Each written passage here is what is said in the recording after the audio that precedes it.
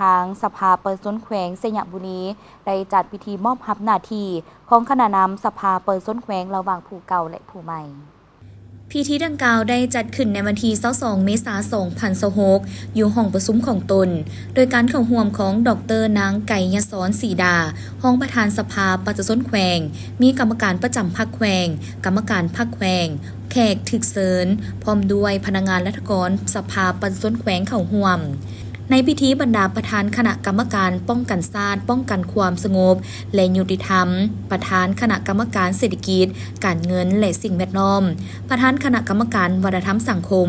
บรรดาเผ่าและศาสนาได้ผลัดเปลี่ยนกันขึ้นรายงานเวียกแต่ละด้านในระยะผ่านมาจากนั้นในพิธีประธานคณะกรรมการแต่ละเวียกงานได้มีการเซ็นบทบันทึกเวียกงานในแต่ละด้านทานบุญไทยสีเทพประธานคณะกรรมการป้องกันชาติป้องกันความสงบและยุติธรรมผู้เก่าทานกาวีเกตดมลีผู้ใหม่ทานจัตวาแก้วคำเพชรประธานคณะกรรมการเศรษฐกิจการเงินและสิ่งแวดล้อมผู้เก่าปริญญาเอกแววเพชรสีบุญมาผู้ใหม่และท่านสิงห์วิไลทรงรักษาการคณะกรรมการวัฒนธรรมสังคมบรรดาเผ่าและศาสนาผู้เก่าและท่านนางวรรณาพรหมวิศรผู้ใหม่